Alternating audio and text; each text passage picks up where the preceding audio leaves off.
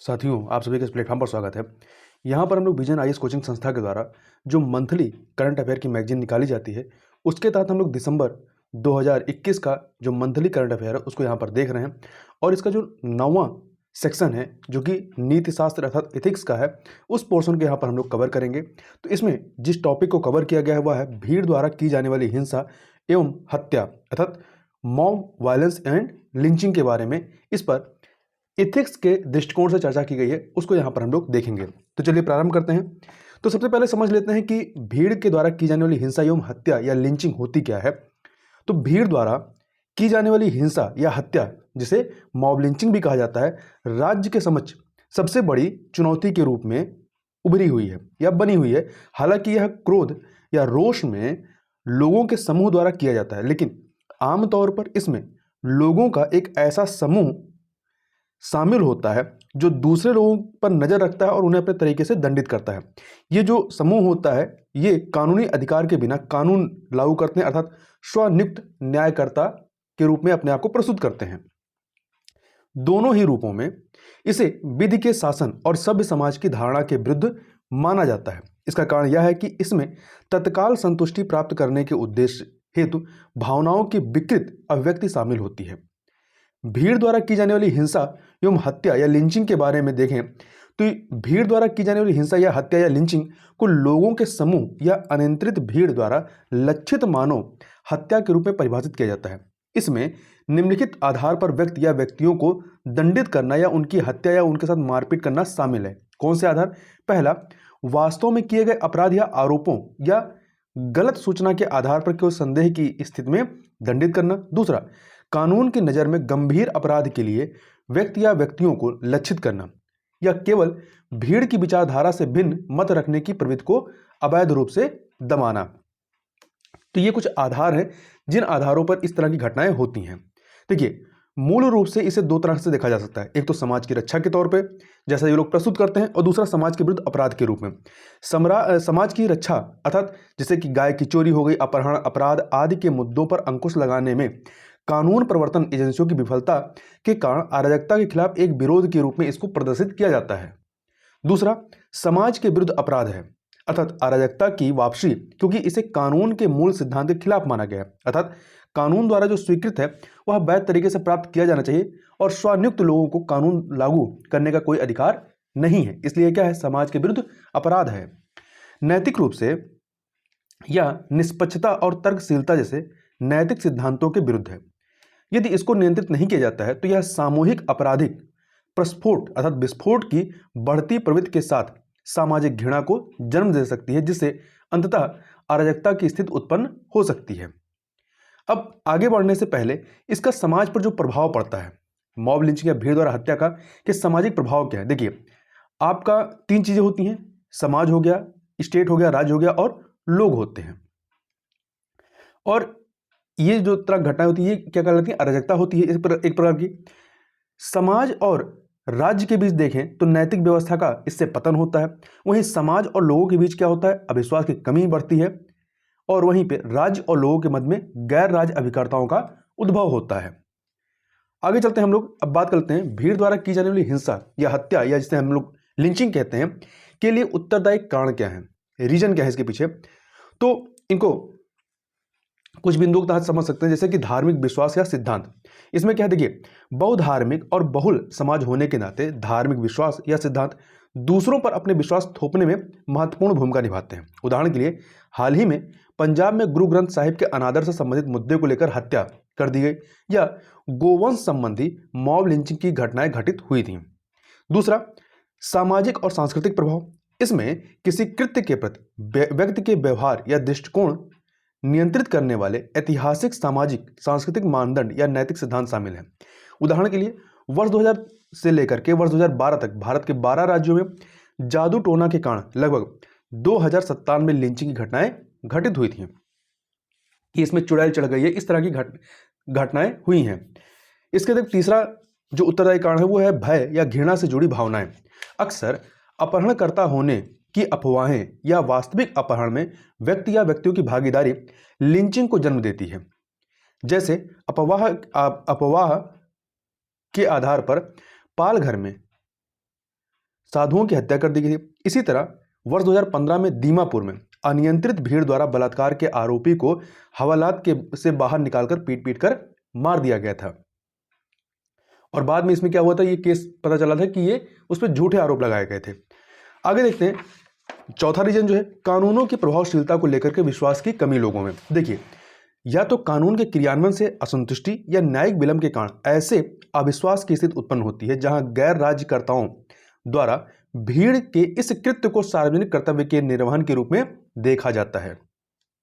यहां एक इंपॉर्टेंट चीज याद रखिएगा कि परिभाषा की कमी और अविश्वसनीय आंकड़ों के कारण राष्ट्रीय अपराध रिकॉर्ड ब्यूरो एनसीआरबी ने वर्ष 2017 के बाद मॉब लिंचिंग, गौरक्षा और ऐसे अन्य अपराधों पर आंकड़े एकत्र करना बंद कर दिया, जो कि ऐसे आंकड़े एकत्र करना बहुत ही जरूरी है। अब इससे उत्पन्न होने वाले नैतिक मुद्दे क्या हैं? तो देखिए, पहला मुद्दा क्या है? पीड़ित का अमानवीकरण।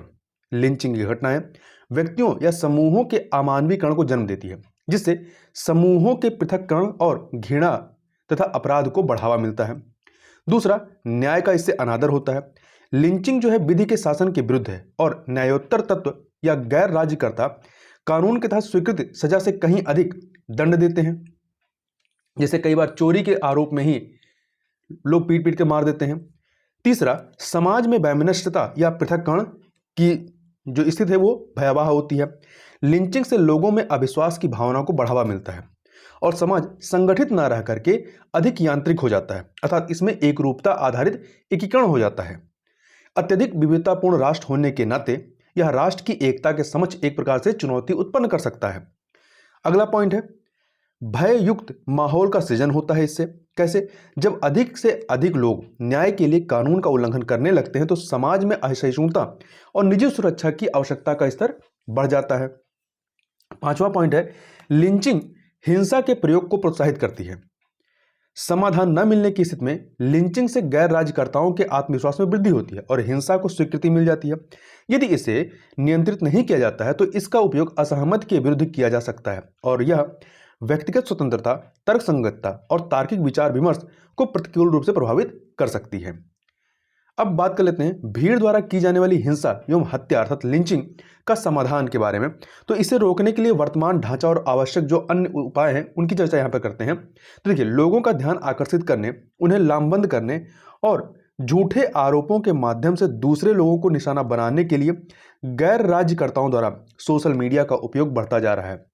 यह न केवल कानून और व्यवस्था बनाए रखने के लिए बल्कि राष्ट्र निर्माण के लिए भी लिंचिंग के समाधान की आवश्यकता को रेखांकित करता है। अब जो वर्तमान ढांचा या स्थिति है उसकी बात करें तो देखिए, चूंकि पुलिस और लोक व्यवस्था जो है राज्य सूची का विषय है, इसलिए भारत में विशेष रूप से मॉब लिंचिंग से निपटने के लिए एकल कानून का अभाव है। दूसरा, तहसीन पूनावाला बनाम भारत संघवाद जो कि वर्ष 2018 का है, इसमें उच्चतम न्यायालय ने भीड़ द्वारा की जाने वाली हिंसा या हत्या या लिंचिंग से निपटने के लिए निवारक, उपचारात्मक और दंडात्मक दिशा निर्देश जारी किए। तीनों, निवारक, उपचारात्मक और दंडात्मक। अब ये क्या है इसको यहां पर देख लेते हैं हम लोग। देखिए, निवारक उपाय में क्या बताया गया है कि भीड़ द्वारा हिंसा को रोकने के लिए विशेष कार्यबल का गठन किया जाना चाहिए। लिंचिंग के बारे में सरकार द्वारा जागरूकता कार्यक्रम का आयोजन होना चाहिए तथा तीसरा, हिंसा भड़काने वाले संदेश और वीडियो पर धारा 155A के तहत एफआईआर दर्ज करना चाहिए। निवारक उपाय मतलब घटना के घटित होने के पहले के जो उपाय हैं उनकी बात की गई है। वहीं उपचारात्मक उपाय मतलब जब घटना घटित हो जाए उसके बाद क्या कदम उठाए जाने चाहिए, तो बिना देरी के एफआईआर दर्ज करना और नोडल अधिकारी द्वारा इसकी जांच करना। दूसरा, पीड़ित के लिए मुआवजा का निर्धारण करना। तीसरा, ऐसे मामलों की सुनवाई के लिए फास्ट ट्रैक न्यायालय की व्यवस्था करना और आईपीसी के तहत अधिकतम दंड का प्रावधान करना। दंडात्मक उपाय क्या है? पुलिस द्वारा लापरवाही या दुर्व्यवहार पर पुलिस के खिलाफ कार्रवाई की जानी चाहिए। आगे चलते हैं। देखिए, इसको भीड़ तंत्र का विभत्स कृत करार देते हुए, मतलब जो लिंचिंग है, इस जो केस था ये तहसीन पूनावाला बनाम भारत संघवाद, इसमें भीड़ तंत्र का विभत्स कृत करार देते हुए उच्चतम न्यायालय ने संसद से लिंचिंग को दंड के साथ एक पृथक अपराध के रूप में स्थापित करने का आग्रह किया है। वर्तमान में इससे मुख्य रूप से आईपीसी की विभिन्न धाराओं के तहत निपटा जाता है, जिसमें कुछ ही राज्यों ने कानूनी पहल शुरू की, जैसे कि मणिपुर, पश्चिम बंगाल और राजस्थान, और हाल ही में झारखंड ने मॉब लिंचिंग के खिलाफ कानून बनाया है। आगे देखते हैं, अन्य आवश्यक उपायों की बात कर लेते हैं। तो ये हम 3 दृष्टिकोणों के माध्यम से करेंगे। एक सामाजिक दृष्टिकोण, सरकारी दृष्टिकोण और लोक केंद्रित दृष्टिकोण। तो सामाजिक दृष्टिकोण की बात करें तो मान्यताओं और भावनाओं की सहभागिता के साथ सामाजिक व्यवहार का विनियमन वस्तुतः भीड़ द्वारा की जाने वाली हिंसा एवं हत्या या लिंचिंग को रोकने और नागरिकों को दिए गए अधिकारों की रक्षा की दिशा में पहला कदम साबित हो सकता है। इसमें क्या शामिल है? इसमें कानून का सम्मान करना। कानून सभ्य समाज का सबसे शक्तिशाली संप्रभु घटक है। समाज में कानून की पवित्रता एवं सर्वोच्चता की भावना को बढ़ाने हेतु प्रयास किया जाना चाहिए। दूसरा, कर्तव्य या दायित्व की संस्कृति को बढ़ावा देना। सामाजिक मानदंडों या कार्रवाइयों के भाग के रूप में न्यायिक कर्तव्य, गैर दुर्भावनापूर्ण कर्तव्य आदि जैसे मूलभूत कर्तव्यों को सार्वभौमिक बनाने या सभी को इससे अवगत कराने का प्रयास किया जाना चाहिए। सरकारी दृष्टिकोण को देखते हैं तो सामाजिक व्यवहार पर कानून बनाने और समाज का मार्गदर्शन करने के अलावा सरकार को प्रतिशोध की प्रवृत्तियों को रोकने के लिए सामाजिक और राजनीतिक हिंसा की समान रूप से निंदा की जानी चाहिए, चाहे वो सामाजिक हिंसा हो या राजनीतिक हिंसा हो। साथ ही टकरावों और संघर्षों की स्थिति को संभालने के लिए भावनात्मक बुद्धिमत्ता को अपनाया जाना चाहिए।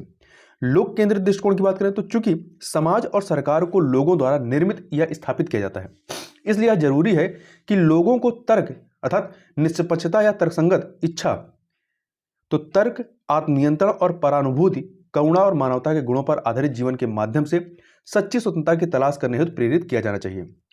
जैसा कि प्राचीन भारत के प्रसिद्ध कवि और दार्शनिक तिरुवल्लुवर ने कहा था कि पहली और सबसे महत्वपूर्ण चीज जिससे मनुष्य को दूर रहना चाहिए वह यह है कि जानबूझकर किसी भी समय किसी की भी या किसी को भी किसी तरह का नुकसान नहीं पहुंचाना चाहिए। तो इसको एज ए कोट आप याद रखिएगा।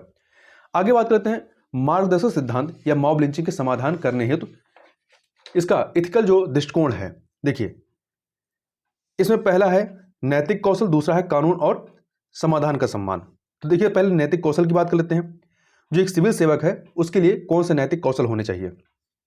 देखिए, भावनात्मक बुद्धिमत्ता का होना।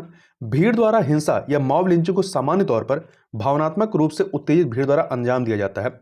एक लोक सेवक को ऐसी स्थिति से निपटते समय इस तरह की भावनाओं को समझना और उसका बेहतर रूप से आकलन करना आदि को ध्यान में रखना चाहिए। दूसरा, वस्तुनिष्ठता। लोक सेवक को स्थिति का मूल्यांकन बिना किसी पूर्वाग्रह के वास्तविक स्थिति के आधार पर करना चाहिए। साथ ही उसे भीड़ के विचार और दृष्टिकोण से प्रभावित नहीं होना चाहिए। तीसरा, निष्पक्षता। तो देखिए, लोक सेवक को निष्पक्ष रहना चाहिए। उसे ना तो पीड़ित और ना ही भीड़ का हिस्सा बने लोगों का पक्ष लेना चाहिए। चौथा, कमजोर वर्गों के प्रति सहानुभूति रखनी चाहिए। भीड़ द्वारा हिंसा के शिकार बड़ी संख्या में कमजोर वर्ग के लोग ही होते हैं। लोक सेवक को कार्रवाई की योजना तैयार करते समय समाज के कमजोर और प्रभावी वर्ग के बीच व्याप्त शक्ति के असंतुलन को ध्यान में रखना चाहिए। अब यहाँ पे कानून और संविधान के सम्मान के संबंध में जो बातें उनकी बात करें तो सबसे पहले संविधान की बात करते हैं। तो मूल अधिकार जो है, मूल अधिकार के तहत मॉब लिंचिंग से सभी प्रकार के मूल अधिकारों का हनन होता है, मुख्य रूप से जीवन का अधिकार और निष्पक्ष सुनवाई के अधिकार का। अब इसके संबंध में जो महत्वपूर्ण निर्णय दिया गया है कानून के तहत, तो वह है आपका तहसीन पूनावाला बनाम भारत संघ एवं अन्यवाद 2018 का है। इसमें उच्चतम न्यायालय ने कहा कि कोई भी व्यक्ति अपनी व्यक्तिगत क्षमता में या किसी समूह विशेष के हिस्से के तौर पर कानून को अपने हाथ में नहीं ले सकता है और ऐसी सजा नहीं दे सकता जिसे देने का उसे कोई अधिकार नहीं है। तीसरा, कानून के नजरिए से देखें तो भारत दंड संहिता या भारतीय दंड संहिता के में कुछ प्रावधान है, जैसे कि भीड़ द्वारा हिंसा के मामले में एक साथ कई प्रावधान लागू होते हैं भारतीय दंड संहिता के। हत्या के लिए धारा 302 और गैर इरादतन हत्या के लिए धारा 304, वहीं गंभीर चोट पहुंचाने के लिए धारा 325 और आपराधिक षड्यंत्र के लिए धारा 120 बी होती है। तो यहां पर हम लोग ने इस टॉपिक को पूरी तरीके से कवर किया। तो इस वीडियो में बस इतना ही। मिलते हैं नेक्स्ट वीडियो में, तब तक के लिए बहुत बहुत धन्यवाद।